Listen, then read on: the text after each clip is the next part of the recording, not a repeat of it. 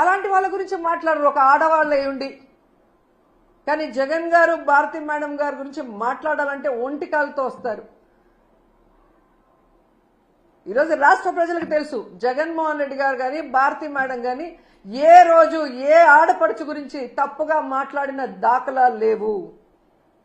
జగన్ గారైతే ప్రతి ఆడపడుచుని ఒక తల్లిలాగా, ఒక అక్కలాగా, ఒక చెల్లిలాగా ఎంత అభిమానంగా భావించి వారికి మంచి చేయాలన్న ఆలోచనతోనే మహిళలకి గౌరవాన్ని పెంచే విధంగా, వాళ్ళు ఆర్థికంగా ఎదిగే విధంగా, రాజకీయంగా ఎదిగే విధంగా 5 సంవత్సరాల కాలంలో ఆయన పరిపాలించి సంక్షేమాన్ని అందించారో ప్రతి ఒక్కరికి తెలుసు.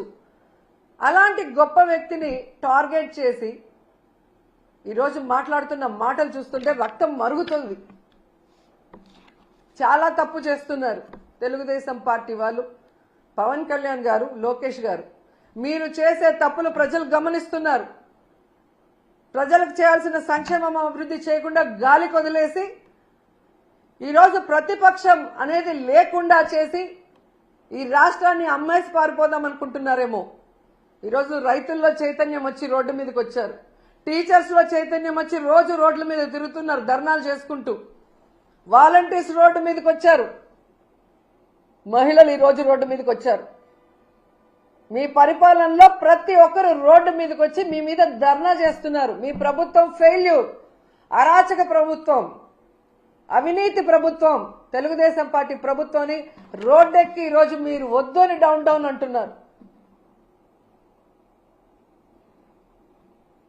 వాటిని సరిదిద్దుకోవడానికి ట్రై చేయండి.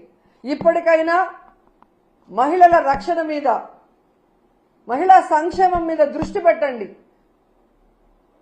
డీజీపీ గారితో, స్పెషల్ ఇంటెలిజెన్స్ చీఫ్ తో, కూటమి ప్రభుత్వంలో ఉన్న ముఖ్య నాయకులు, హోమ్ మినిస్టర్ కూర్చొని ఎందుకు ఇలా జరుగుతుంది, మనలో ఎక్కడ లోపం ఉంది, మనం ఎక్కడ ఫెయిల్యూర్ అయ్యామనేది తెలుసుకోండి, దాన్ని సరిదిద్దండి. ఈరోజు మీరు విచ్చలవిడిగా గంజాయి, మద్యము, డ్రగ్స్ ఈ రాష్ట్రంలో విచ్చలవిడిగా అందుబాటులో తీసుకొచ్చారు కాబట్టి ఆడవాళ్ల జీవితాలు నాశనం అయిపోతున్నాయన్న విషయాన్ని తెలుసుకుని వాటన్నిటినీ కూడా రూపుమాపాలని కూడా ఈ సందర్భంగా కోరుకుంటున్నాను. అలాగే రెడ్ బుక్, రాజ్యాంగం అంటూ అక్రమ కేసులు పెట్టడానికి పోలీసులు ఉపయోగించకుండా అవి పక్కన పెట్టి లా అండ్ ఆర్డర్ ని కాపాడండి. ప్రజలకు ఒక ప్రశాంతమైన వాతావరణాన్ని అందించండి. ప్రతిపక్షాలు అన్నాక ప్రభుత్వం చేసే తప్పుల్ని ఎత్తి చూపిస్తాయి, వాటిని కరెక్ట్ చేసుకోవడానికి ప్రయత్నించండి. అంతేగాని తప్పులే చెప్పకూడదు, చెబితే గొంతు నొక్కేస్తామంటే అది కరెక్ట్ కాదు. సంవత్సర కాలం మీరు ఇన్ని భయంభ్రాంతులకు గురి చేస్తూ ఇన్ని కేసులు పెట్టినా మొన్న 4వ తేదీ జరిగిన వెన్నుపోటు దినం చూశారు కదా, ఏ విధంగా జనాలు బయటకు వచ్చి మీ మీద వ్యతిరేకతతో, మీ మీద అసహ్యంతో మీరు వద్దు అని చెప్పి రాష్ట్ర వ్యాప్తంగా నిరసనలు చేశారో గమనించండి. అవన్నీ డైవర్ట్ చేయడానికి ఈరోజు కొమ్మినేని గారిని అరెస్ట్ చేసి డైవర్షన్ పాలిటిక్స్ చేయాలనుకుంటే రాష్ట్రంలో ఉన్న ప్రజలు వెర్రోళ్ళు కాదు, చాలా తెలివైన వాళ్ళు, అన్ని గమనిస్తున్నారు. సో ఇప్పటికైనా అక్రమ కేసులు అనేది పక్కన పెట్టి కొమ్మినేని గారి అరెస్టు ఖండిస్తున్నాం, ఆయన్ని వెంటనే విడుదల చేయాలని డిమాండ్ చేస్తున్నాం. అలాగే సాక్షి మీద దాడులు చేసిన తెలుగుదేశ జనసేన నాయకులు ఎవరైతే ఉన్నారో ఆ ఫోటోలు, వీడియోలు చూసి వాళ్ళందరినీ కూడా అరెస్ట్ చేయాలని కూడా ఈ సందర్భంగా తెలియజేసుకుంటున్నాం. లేదంటే జగన్మోహన్ రెడ్డి గారి లాగా లాస్ట్ 5 ఏళ్లు, అంతకుముందు రాజశేఖర రెడ్డి గారి లాగా మంచితనంతో రాబోయే కాలంలో ఉండబోయేది లేదు. 10 ఏళ్లలో మీరు ఎంత మాట్లాడినా మిమ్మల్ని పట్టించుకోలేదు,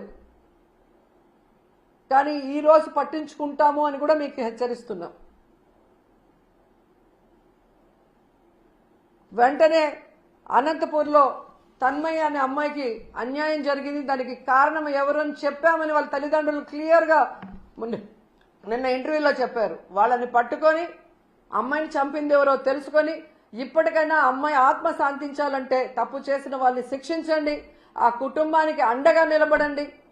అలాగే పరిటాల సునీత గారి నియోజకవర్గంలో ఒక అమ్మాయిని ఇన్ని నెలలుగా రేప్ చేస్తుంటే మరి ఆమె ఏం చేస్తుందో నాకు అర్థం కావట్లేదు, ఒక మహిళగా, ఎమ్మెల్యేగా ఉండి. తెలుగుదేశం పార్టీ వాళ్ళని క్లియర్ కట్ గా పేర్లతో కూడా ఇచ్చారు. వాళ్ళని అరెస్ట్ చేసి వాళ్ళని కఠినంగా శిక్షించాలి. ఇక మీదట మహిళలకి ఇలాంటివి జరగకుండా రక్షణ కల్పించే దిశగా దిశ యాప్ కానీ దిశ చట్టంతో గతంలో మేము ఎలా కంట్రోల్ చేశామో అలా మీరు చెయ్యాలి. వాటిని నిర్వీర్యం చేసి మహిళల జీవితాలతో చెలగాట మాడితే మాత్రం ఒప్పుకునే పరిస్థితి లేదు అని చెప్పి